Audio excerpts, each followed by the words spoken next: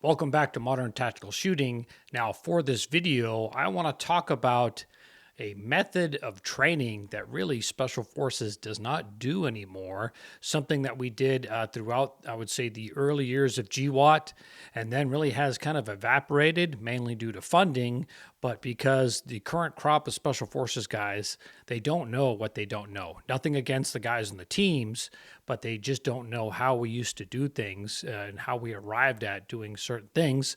And that has to do with outsourcing training, specifically our marksmanship training, our CQB training, really all our gunfighter training. There was a big effort in the early 2000s to really outsource it. So that is the topic of this video. A lot of the training I got to do with, a lot of the shooters, and I'm talking civilian professional shooters, mainly your competition shooters that I got to train with as a result of a need that was identified in early GWAT. So let's get into Special Forces outsourcing their marksmanship training right now. Now, some of what I'm going to talk about, I've already talked about in my history of Special Forces and close quarter battle video, but basically after the 2003 invasion of Iraq, when the insurgency started to pick up in both Iraq and Afghanistan, of course, Special Forces, we found ourselves starting to do a lot of direct action missions to take on these forming insurgent cells. And 5th Group had 2 teams do one mission where they really took, I would say, excessive casualties for the amount of insurgents they were going after. 3 insurgents, and they ended up getting 2 team members killed and multiple wounded. And that really identified a gap in our training. Basically, we weren't the gunfighters that we thought we were. So we needed to fix this as, gunfighting started to really kick up in Iraq and Afghanistan. So one of the things SF did was put a new emphasis on SFAUC training, Special Forces Advanced Urban Combat, where the mission is to get a Special Forces team of 12 guys proficient in single breach point CQB, but that wasn't enough because really the heart of the problem is we were in a training bubble.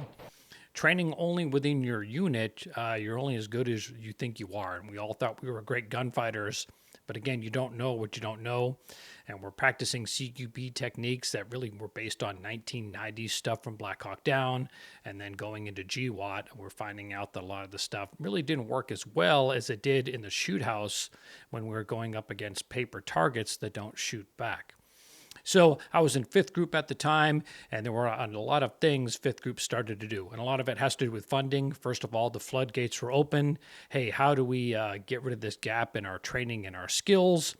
And there were multiple ways. And one way is to outsource our training to civilian venues. And some of the venues we started to go to on a pretty regular basis in between deployments, one of them being Midsouth Institute of Combat Shooting. It was the Midsouth Institute of Defensive Shooting, but because they ended up with so many Special Forces contracts, I think that helped lead to them changing their name. They were always a hub for Navy SEALs going out there doing training. But 5th Group was purchasing like 200 slots a year to go to this facility, and it is an amusement park for shooters. It's a fantastic facility. We would go for their 5-day rifle pistol programs, so you'd get about 2 days of instruction.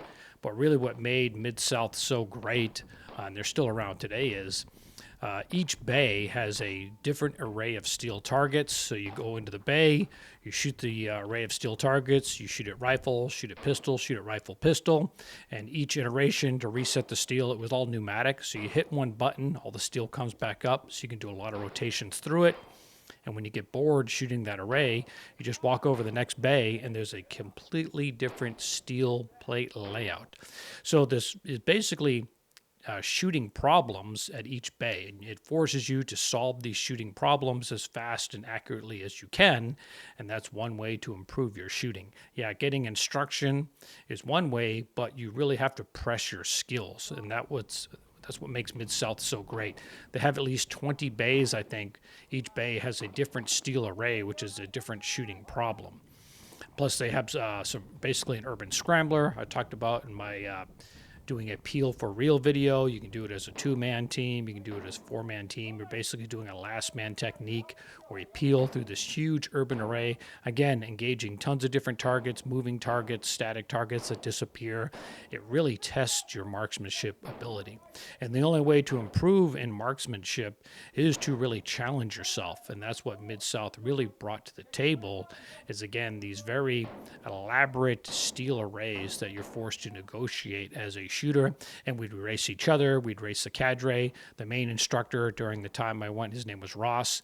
I actually went 3 different times to Mid-South, 2 times with ODA 591, and then 1 time in 2006 with ODA 583. Fantastic trips every time. And again, we'd always do their 5-day shooting package. They have shoot houses there and stuff, but mainly the Navy SEALs used it. That's not why we went there. We wanted their marksmanship training. But again, Midsouth Institute of Combat Shooting, they're still around, but they're only open to law enforcement and military still. Now, another place we also started to go to, and I was at Fort Campbell, so this is a lengthy distance to travel, is the old Blackwater training facility. And we didn't go there so much for their instruction, but mainly to use their facility. One of the gaps in our training was, in the early 2000s, each SF group was actually very limited on shoot houses. I think we had one that was a 5th group one, and then we had one on Fort Campbell, and neither one were a 2-story building. And even in Iraq, even at the residential level, all the buildings are 2 stories. So you have to learn how to negotiate stairwells and control floors. And that's something we couldn't replicate on any Army bases. Even if you went to Fort Bragg, to the regular Army shoot houses, they're the exact same layout at Fort Campbell. The Army built one template of a shoot house, unless you went to certain facilities like Range 37, which was really off limits to normal teams. So we outsourced it, and places like Blackwater offered capabilities in those urban formats that we were looking for. So we'd often go to Blackwater and just rent out their shoot houses. They have at least a half a dozen, so we could practice these different floor plans. Now, we also went there for training, and I'm going to talk about really one capability that's lost in Special Forces right now. And I think I was in E6 at the time, and we had these Mossberg 590 shotguns that we got in just before GWAT. They were the full-size shotgun. Been sitting in the arms room doing nothing.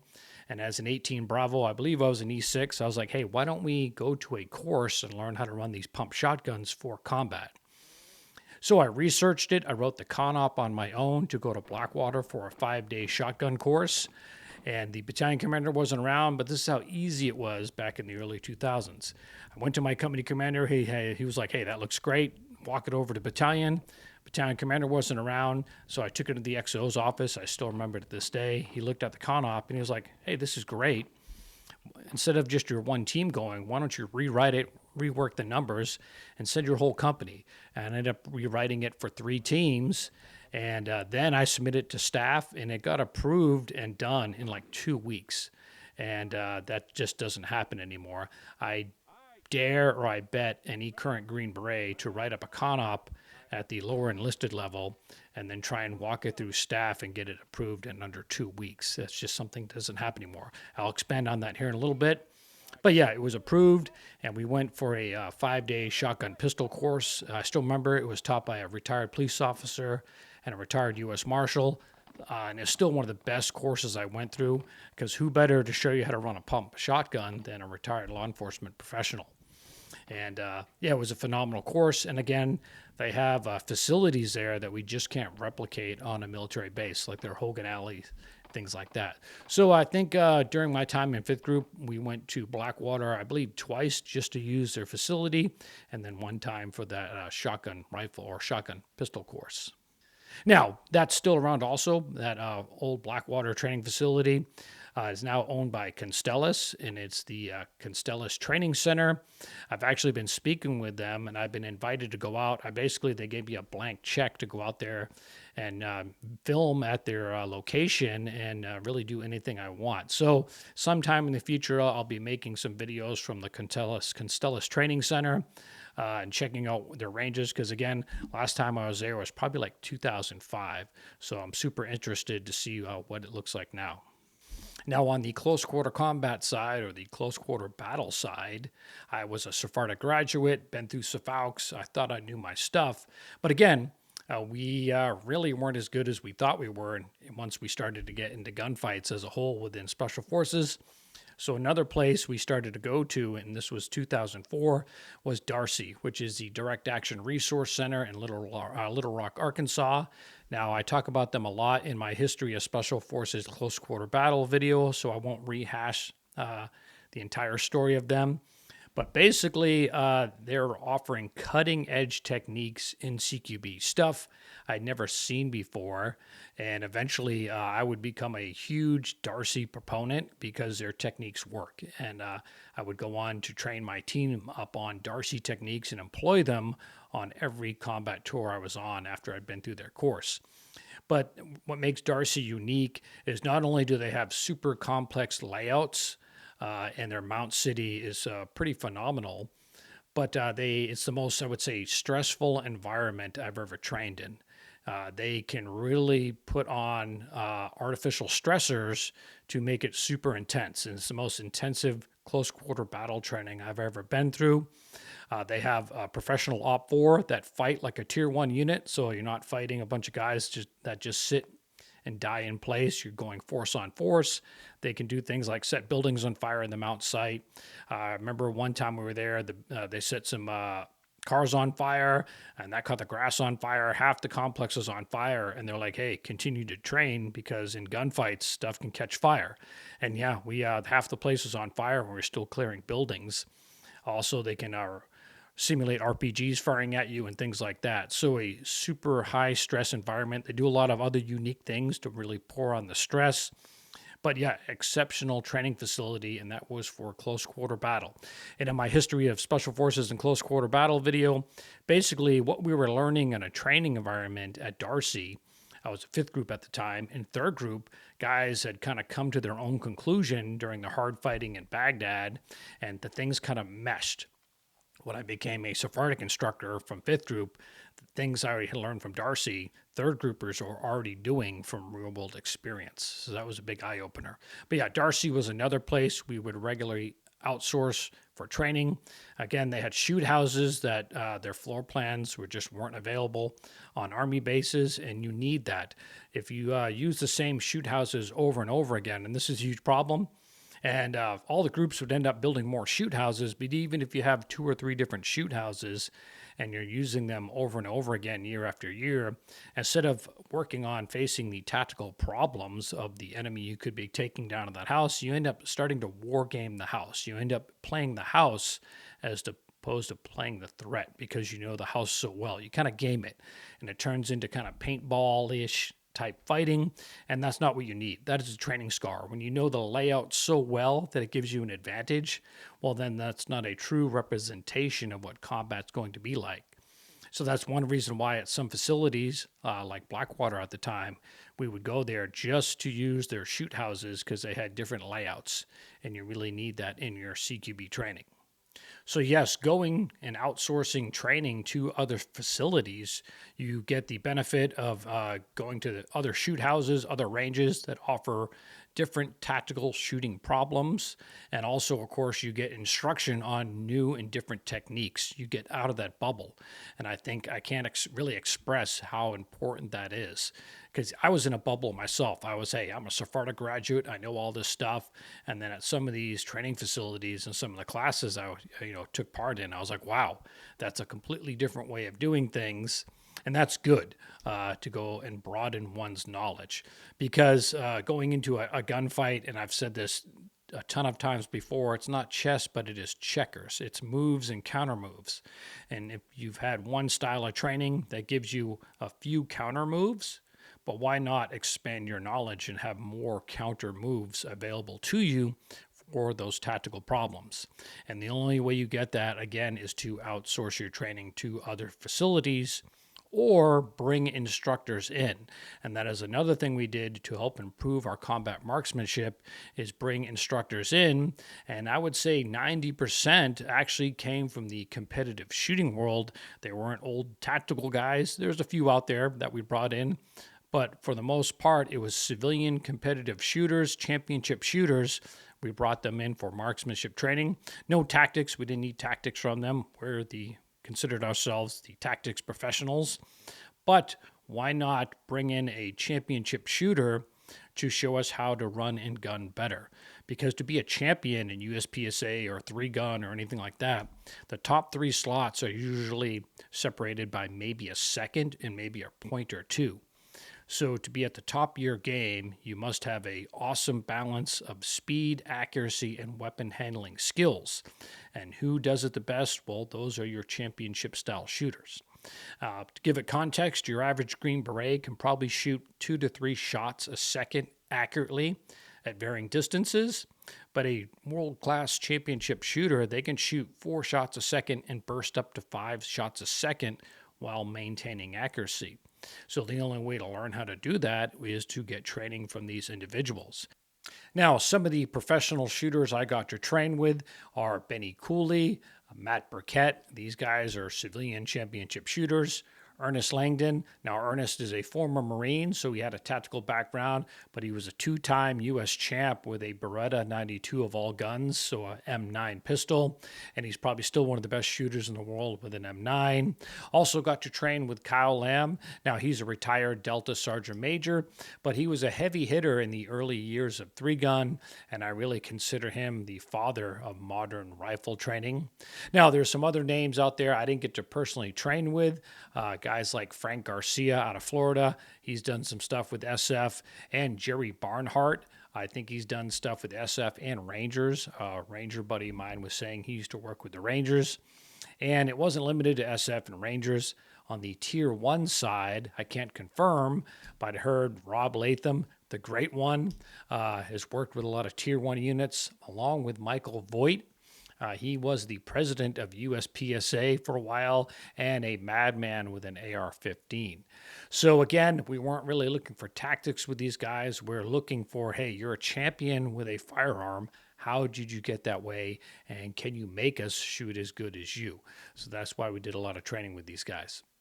So while I was with 5th Group, I did 3 tours in Iraq, and between each tour, we would go to Midsouth and either Darcy or Blackwater as part of our team train-up. Because back in those days, a team could totally decide how they wanted to train up for combat deployments. That's been taken away from the teams, and that's probably a subject for another video. But again, the current crop of Green Berets, they don't know what they don't know. And a lot of the training now is mandated and it's set up at like company and battalion level. Teams don't even have funding to set up their own training. But that's really a subject for another video. Let me stay on track with this outsourcing training.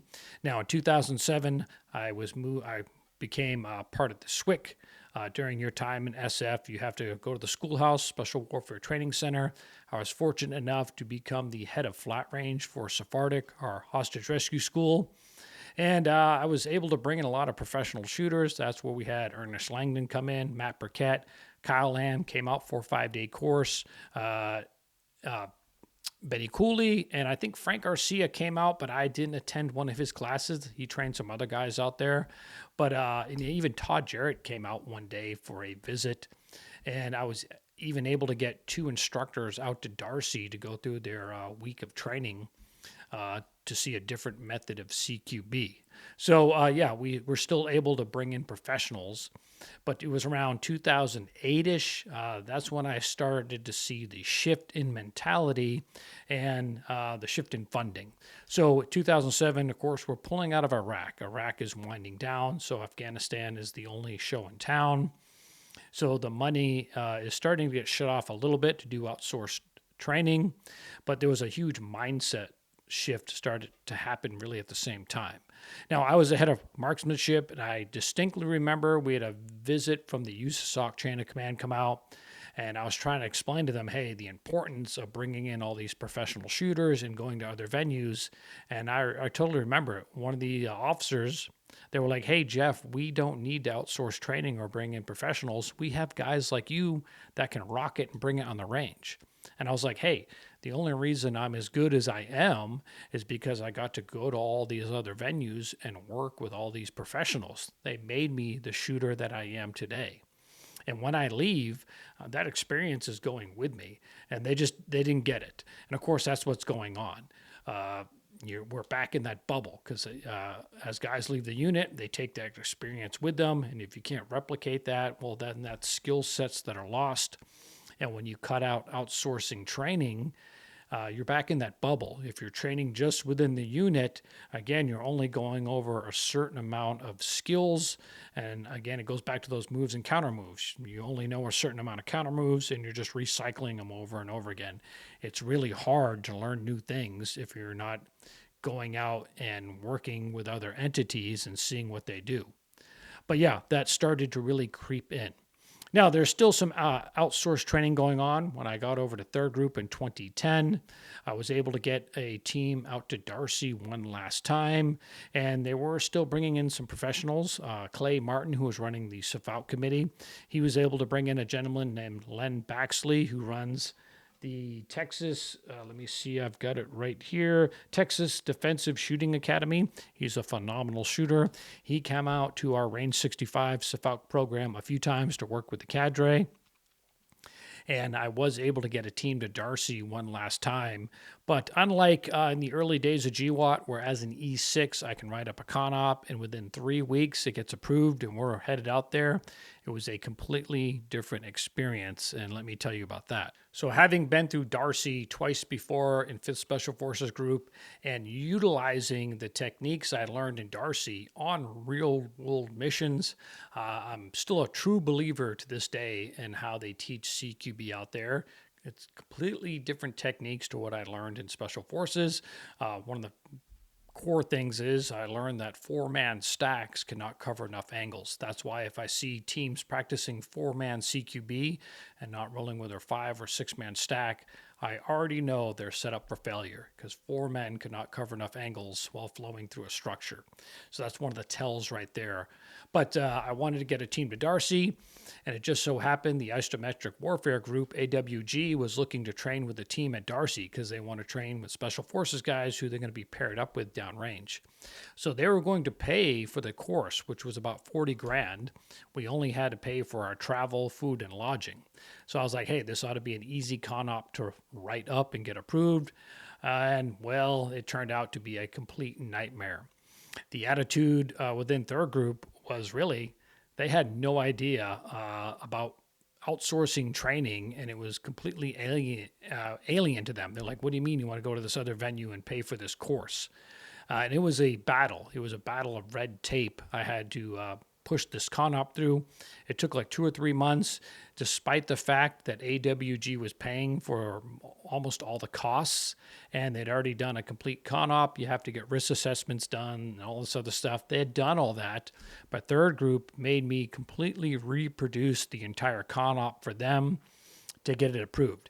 And it was a super painful experience because their attitude was, one, you don't need this. Why are you doing that? They couldn't understand. But we ended up getting out to Darcy. Was the last time I was able to get out there with an SFODA, and this was around 2011-ish. But yeah, it was a super painful process, and it truly felt like it was something that it was never done before in SF. It was completely unheard of, it seemed like, with the chain of command. Again, they were like, what do you mean you're going to go to an outside facility to get CQB training? We can do that here at Fort Bragg. And I had to explain to them, not at the level that they can produce at Darcy. It was a total uphill battle.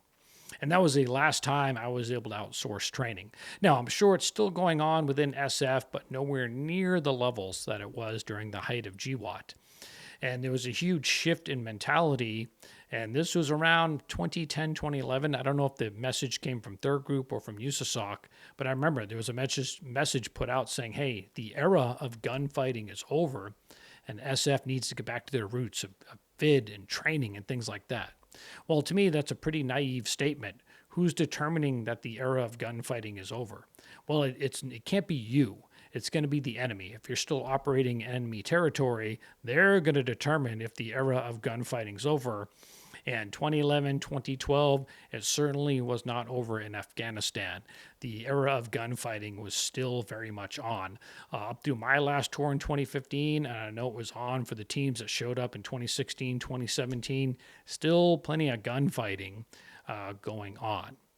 And really, this brings me to why I wanted to make this video. Yes, for the civilian viewer who wants to learn more about the history of GWAT, how Special Forces was able to get things done, and why they did things a certain way, but also make it for the current crop of Green Berets out there. Again, nothing against the Green Berets on the team. They don't know what they don't know. And they don't know that being able to outsource training and bring in subject matter experts used to be a normal thing. And I think it needs to return to that. And I know a lot of people will say, well, they just don't have the budgeting. The Army has plenty of money. They just like spending it on things that have nothing to do with training. Trust me, they'd rather update all the monitors and all the conference rooms around every military base every year than spend money on training. And I'm sure the Army probably spends more money on printer paper a year than it does on gear and training in some units. It's that ludicrous. And the only way you find out, unfortunately, where your skills are at is going to be in combat. And I don't want to see lessons relearned, paid for in blood, that we learned in the early days of Iraq, because that's exactly what happened. We realized there was a deficit in our gunfighting. We thought we're all master gunfighters, and really, when faced against a determined enemy, well, found out, well, we are not the master gunfighters that we thought we were. And I just don't want to see that happen again, where guys are going to pay for that the hard way. So I fully believe this type of training should still be going on in Special Forces, and I know it's probably to a small degree, but nowhere near the levels it was at when we were at the height of the war, at least in Iraq. And I think it needs to become that again. But hey, that's just my opinion on that. Now, of course, all the different venues I went to and all the professional shooters I got to work with were based on my experience in 5th and 3rd Special Forces Group. I'm sure if you surveyed like 7th Group, 1st Group, 10th Group, the other groups out there, they had different venues they were going to and brought in other professional shooters. So if there's any old-time GWAT vets like me that got to go to other venues and work with other instructors, by all means, post it down in the comments. I'd love to see and learn the other venues and instructors that SF got to work with. Because again, a lot of them did it without any recognition. Some of them, they did it for free, like Ernest Langdon. He came to Fort Bragg at least a half a dozen times to work with our Sephardic cadre to make us better instructors, to then in turn be able to train our Special Forces fellow soldiers better. And I think that's pretty great. And again, like all my Special Forces history videos, all that information is kind of being lost now that GWAT is going to the back of everybody's memory. It's actually it's being forgotten within SF how we were able to get things done in GWAT. And that's one of the main reasons for me making these history of SF videos, is really capture how we were able to be so successful during GWAT. But hey, like all videos, hopefully you found this entertaining and informative. I'm Jeff Gerwich. Thanks for watching.